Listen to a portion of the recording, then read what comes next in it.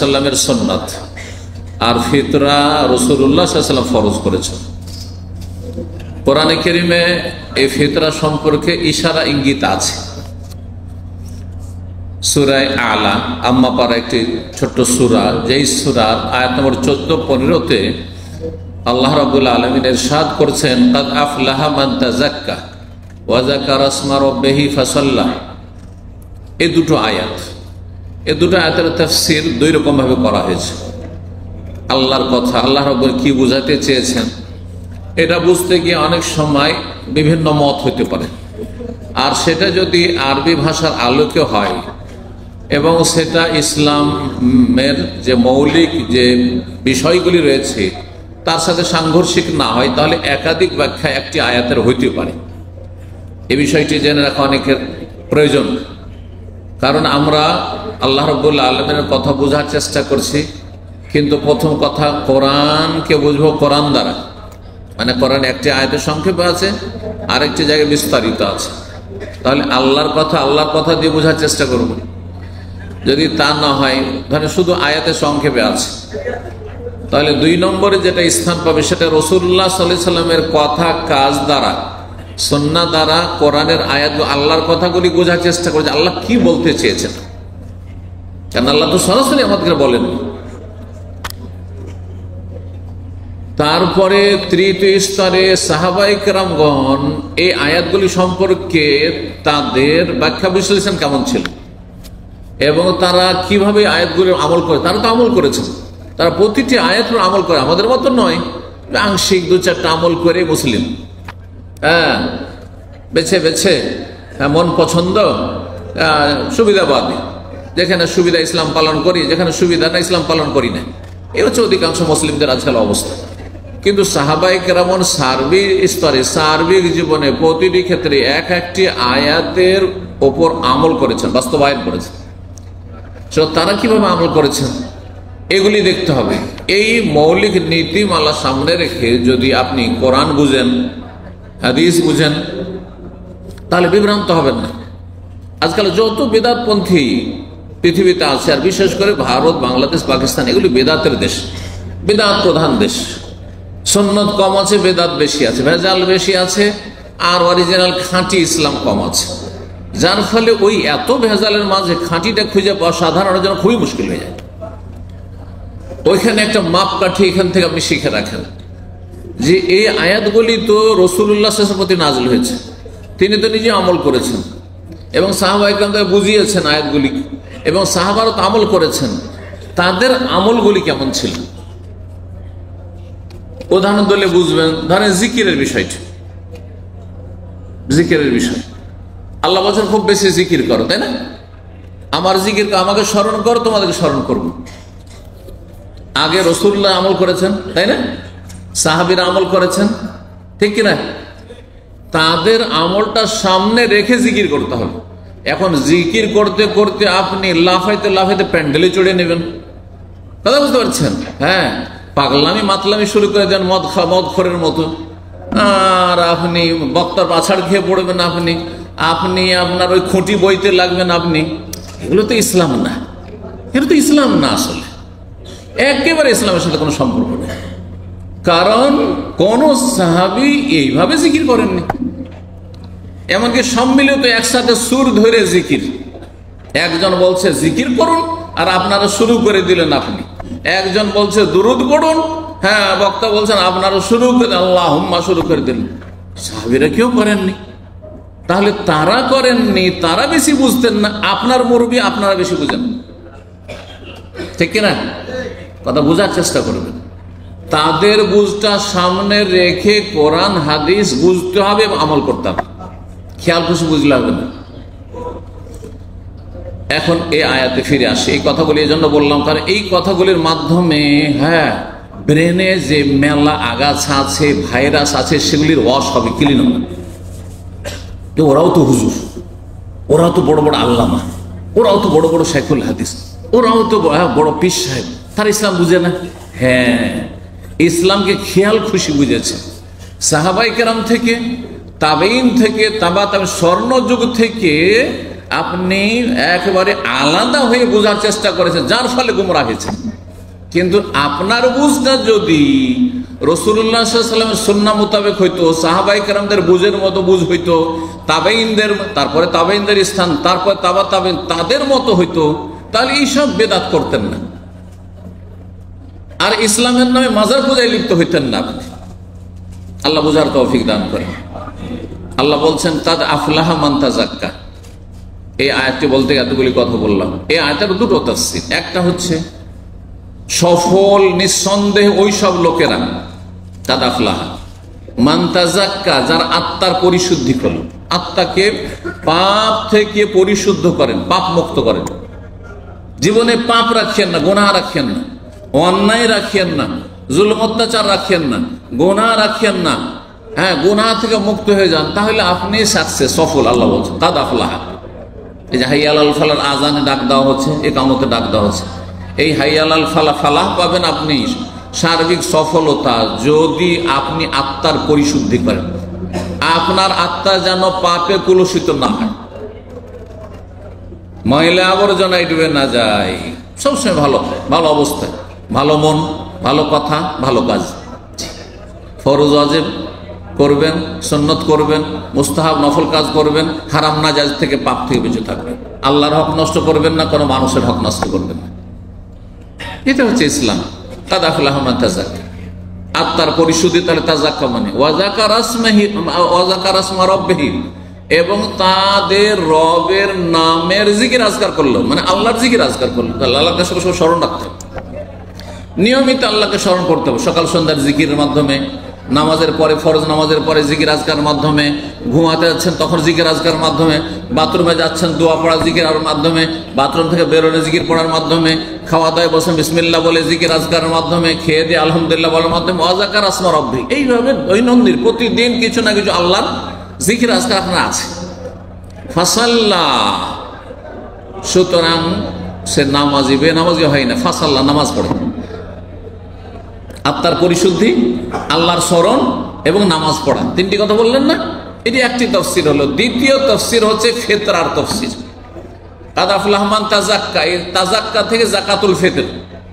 সফল ওই সব লোকেরা যারা যাকাতুল ফিতর দিল, ফিতরা দিল, যারা ফিতরা দিল। ওয়াযাকারা ইসমা রাব্বিহি, আর রবের জিকির আজকার করলো। রবের জিকির আজকার, ওই যে ঈদের চাঁদ উঠলে ফিতরা দিতে হয়, ফিতরা ফরজ হয়, আর ঈদের চাঁদ উঠলে জিকির করতে হয় কিসের? তকবীর, ঈদের তকবীর, আল্লাহু আকবার, আল্লাহু আকবার, লা ইলাহা ইল্লাল্লাহ, আল্লাহু আকবার, আল্লাহু আকবার, ওয়ালিল্লাহিল হামদ। হলো না? হলো না? দ্বিতীয় কাজ ঈদের চাঁদ উঠলে। তৃতীয় কাজ হচ্ছে সকালবেলা ঈদের নামাজ পড়া, ফাসাল্লাহ, সুতরাং ঈদের নামাজ পড়লো। বুঝলেন কত সুন্দর করে আয়াতটা? দুটোই তাফসীর হইতে পারে, আর দুটো হলে কোনো অসুবিধা নেই, আপনি দুটোই নিতে পারেন।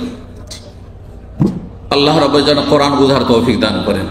যারা যত বেশি কোরআনে কারীম বুঝবে, আল্লাহর কালাম বুঝবে, রসুলের কথা বুঝবে, তত বেশি ইমানদার হইতে পারবে, তত বেশি ইমানদার হইতে পারে। কারণ তার রিচার্জ, হ্যাঁ হ্যাঁ, তার ব্যাটারি শক্তিশালী রয়েছে, হ্যাঁ, তার মোবাইলে একবার চার্জ দিলে চার্জ যায় না, আর অনেকে সবসময় লাগিয়ে রাখতে হয়, লাগিয়েই রাখতে হয়, সাথে সাথে শেষ, সাথে ইউজ করেনি, তারপরও চার্জ শেষ, অফ হয়ে যাচ্ছে মোবাইল, ঠিক না? তো ওই রকম মুসলিম সমাজের ইমানটাও বিভিন্ন স্তর আছে। কিছু লোকের ইমান আছে সবসময় অফ হয়ে যায়। যদি দিনের কথা শুনে, ভালো মানুষের মজলিসে বসে, আলেম ওলামাদের সাথে বসে, আর যদি কোরআন সুন্নাহর কথা, আল্লাহ রসুলের কথা চর্চা করে, শোনে অথবা পড়ে, তাহলে রিচার্জ হইতে থাকবে, আর না হলে নিভিয়ে যাবে, নেমে যাবে, অফ হয়ে যাবে। ইমান অফ হয়ে গেলে শেষ। একেবারে যখন অফ হয়ে যাবে, তখন মুসলিম আর কাফের কোনো পার্থক্য থাকবে না। যেমন বেনামাজির অবস্থা, যেমন নাস্তিক বেদিনদের অবস্থা, যেমন যারা পেট নিয়ে সবসময় তো চিন্তা করছেন, প্রতিদিন ঘুম থেকে জাগলেই পেট, কিন্তু আল্লাহ পরকাল বলে কোনো চিন্তা নেই, মাসকে মাস।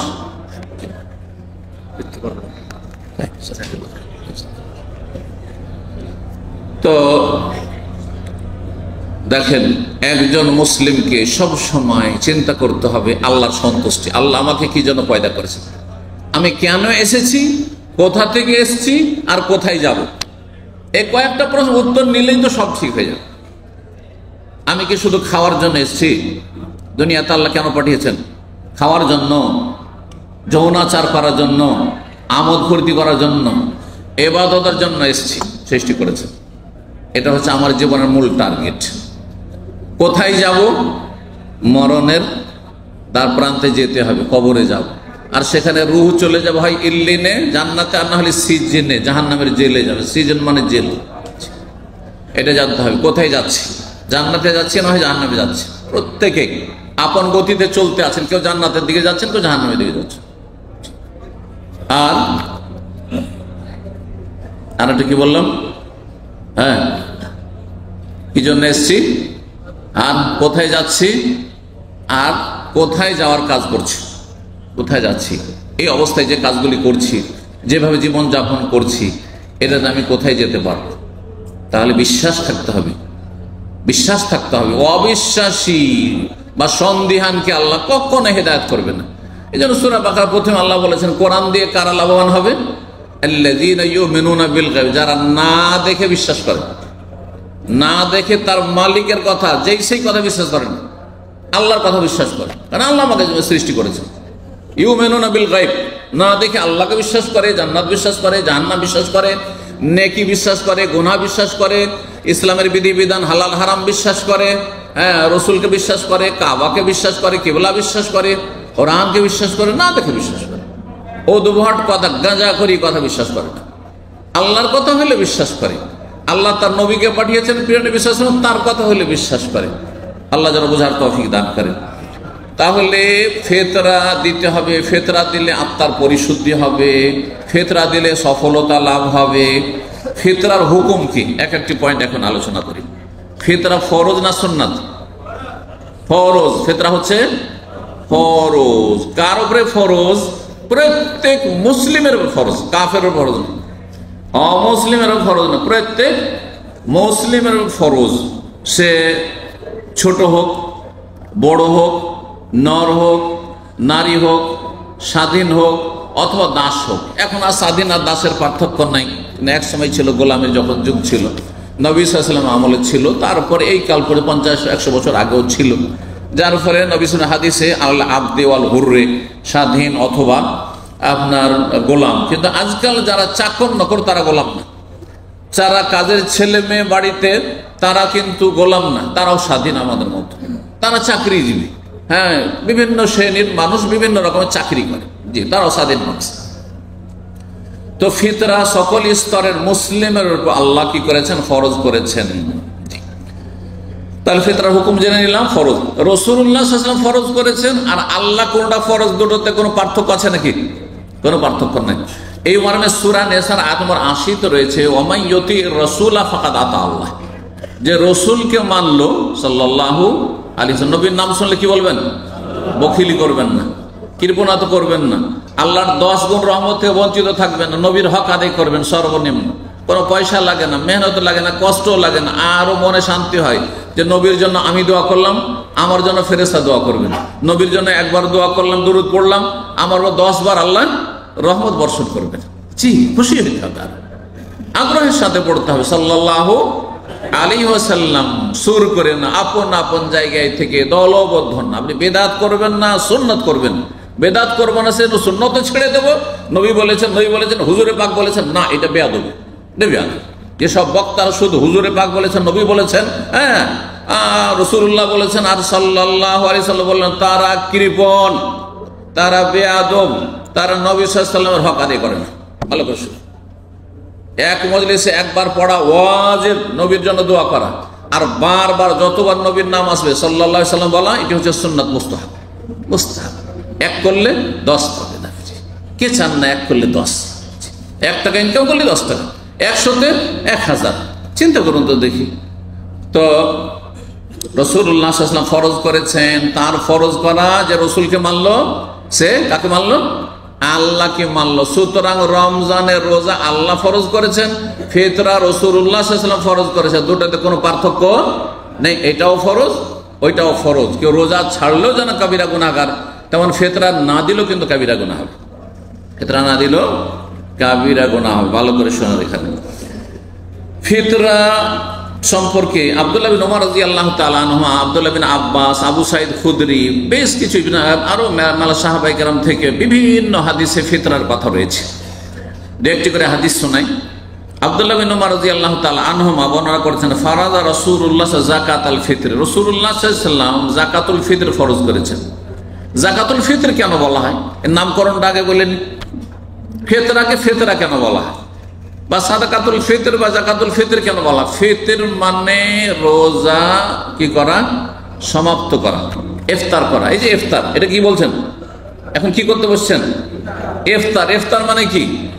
ইফতার ওই যে ব্রেকফাস্ট, ফাস্টিং মানে হচ্ছে রোজা, হ্যাঁ, আর ব্রেক মানে ভাঙা। ওই যে সকালে নাস্তা করেছেন, ব্রেকফাস্ট বলছেন না নাস্তাকে, কি জন্য? যে বাসি পেটে ছিলেন সেজন্য। তো এখন সারাদিন না খেয়ে আছেন, প্রতিদিনের ইফতার সূর্য ডুবলে হয়। ভালো, ইফতার হচ্ছে দুই রকম। একটা হচ্ছে ইফতার হচ্ছে প্রতিদিনের, হ্যাঁ, ইফতার হচ্ছে সূর্য ডুবার সাথে সাথে আপনি কি করছেন, রোজা ভঙ্গ করছেন, মানে রোজা সমাপ্ত করছেন, শেষ করলেন আপনি।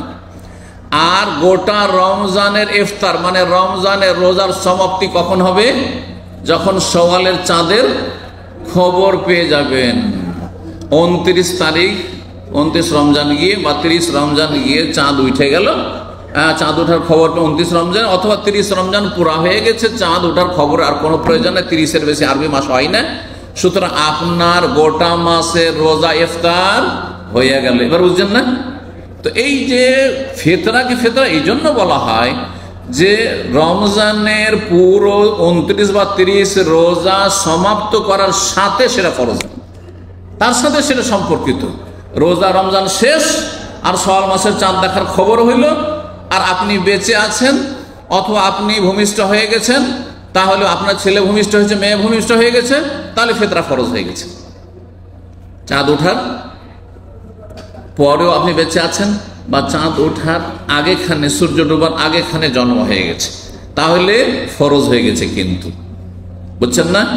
কিন্তু মাগরিব শেষ, রমজানের মাগরিবের আগেখানেই 2 মিনিট আগে, 3 মিনিট আগে, সূর্য ডোবার 5 মিনিট আগে কেউ মারা গেল, তাহলে তার ফিতরা ফরজ নয়, কারণ সে রোজা সমাপ্তির সময় পায়নি, সুতরাং তারও ফিতরা ফরজ হয়নি।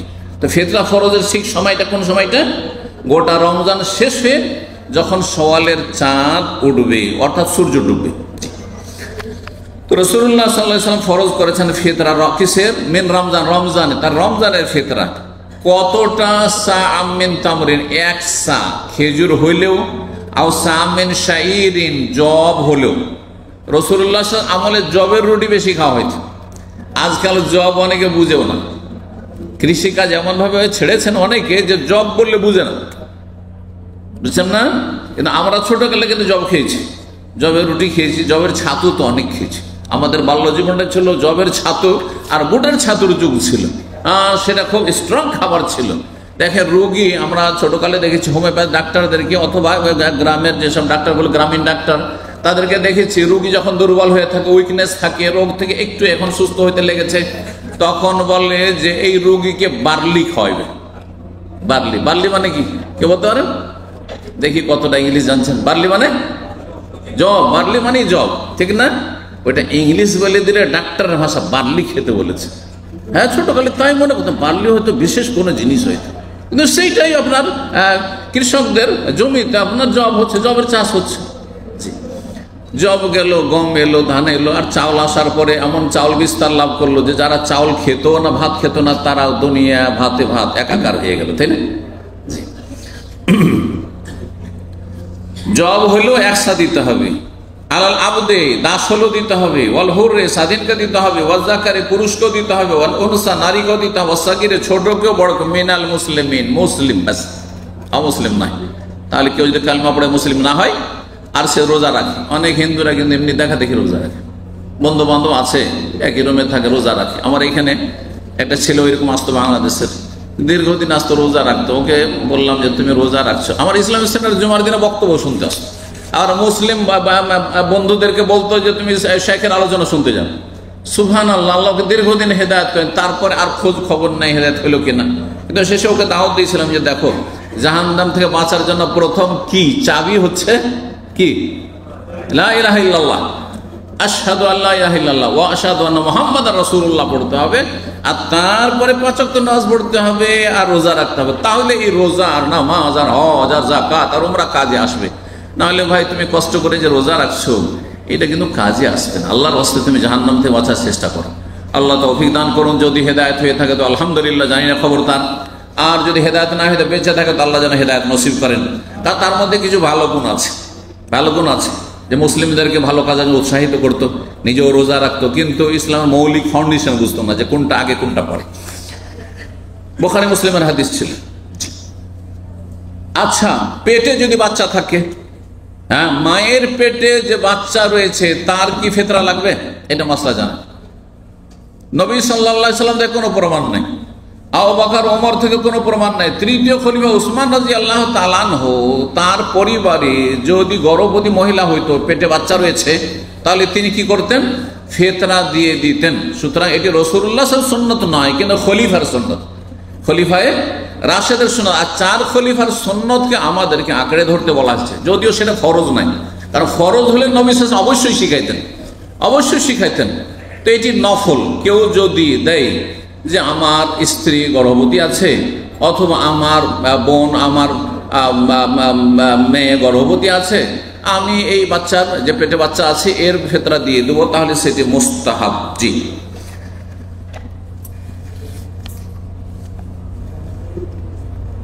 তারপরে সর্বনিম্ন আর্থিক কতটা সচ্ছলতা থাকতে হবে, তাহলে ফিতরা ফরজ হবে।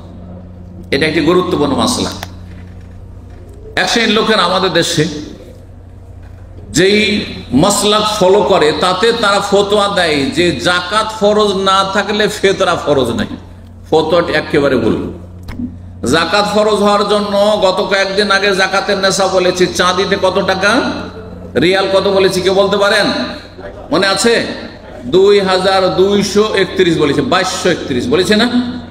2231 টাকা রিয়াল হলে তার মানে মোটামুটি 73-74 হাজার বাংলাদেশি টাকা হলে কি ফরজ হবে? যাকাত ফরজ হবে। কিন্তু ফিতরার জন্য আপনার কাছে থাকতে হবে 2200 রিয়াল, তাহলে ফিতরা ফরজ হবে না? মোটেই না। এই জন্য অধিকাংশ আইম্মায়ে কেরাম, ওলামায়ে কেরামদের মত হচ্ছে সারা বিশ্বে যে ফিতরা কার উপরে ফরজ? সর্বনিম্ন এতটা আর্থিক সচ্ছলতা থাকতে হবে যে ঈদের দিনের খাবার আছে, নিজের এবং নিজের স্ত্রী, ছেলে মেয়ের, পরিবারের সদস্যদের খাবার রেখে ফিতরা দেওয়ার সমান যদি তার থাকে, তাহলে ফিতরা ফরজ, নাহলে ফিতরা ফরজ না। অর্থাৎ কারো কাছে ধরেন একদিনের শুধু খাবার আছে, এত নিহাত গরিব যে শুধু ঈদের দিনের খাবারের ব্যবস্থা আছে, তাই ঈদের দিনে তার 5 কিলো চাউল লাগবে, হ্যাঁ, বা 5 কিলো কিছু লাগবে, খাবার দাবার খাদ্যদ্রব্য লাগবে, গম লাগবে, আটা লাগবে, তার 5 কিলো আছে বা 3 কিলো আছে, তাহলে আর ফিতরা ফরজ নাই। কিন্তু ঈদের দিন খেয়ে দিয়ে তারপরে ফিতরা দেওয়ার মতো তার কাছে আছে, একসাথে 3 কেজি চাউল দিতে পারবে নিজের মাথা প্রতি, তারপরে স্ত্রীরও হয়তো দিতে পারবে, যতটা দিতে পারবে ততটা ফরজ। বোঝা গেছে না? এবং এটি যদি অভিভাবক সবার পক্ষ থেকে দিয়ে দেয়, সবার পক্ষ থেকে আদায় হয়ে যায়, এমনকি যে কোনো ব্যক্তি, আপনার ফিতরা আমি দিয়ে দিই, আমার ফিতরা অন্য কেউ দিয়ে দেয়, কোনো মুসলিম দিয়ে দেয়, হয়ে যাবে আদায়। কিন্তু আসল ফরজ কার উপর? মাথা প্রতি। এটি মাথা প্রতি ফরজ আপনার উপর ফরজ রয়েছে, আপনার স্ত্রীর ফরজ রয়েছে। আপনার স্ত্রীর পক্ষ থেকে যেহেতু আপনার স্ত্রীর ভরণ পোষণ আপনার ফরজ, সেই জন্য আপনি আদায় করেছেন, সেটা ভিন্ন বিষয়। এইরকম ছেলেরা বড় হয়ে গেছে, স্বাবলম্বী হয়ে গেছে, একই অন্য হয়তো খাওয়া দাওয়া করছে, আমাদের দেশে যেমন থাকে জয়েন্ট ফ্যামিলিতে, কিন্তু সে ইনকাম করছে, তাহলে তার উপরে ফরজ, তার বাবার ফরজ নাই। কিন্তু বাবা যদি বড় সাবালক ছেলে মেয়ে যারা ইনকাম করছে, তাদের আয় ইনকাম তারপরও দিয়ে দিচ্ছে, যে সবার পক্ষ দিয়ে দিলাম, কোনো অসুবিধা নেই।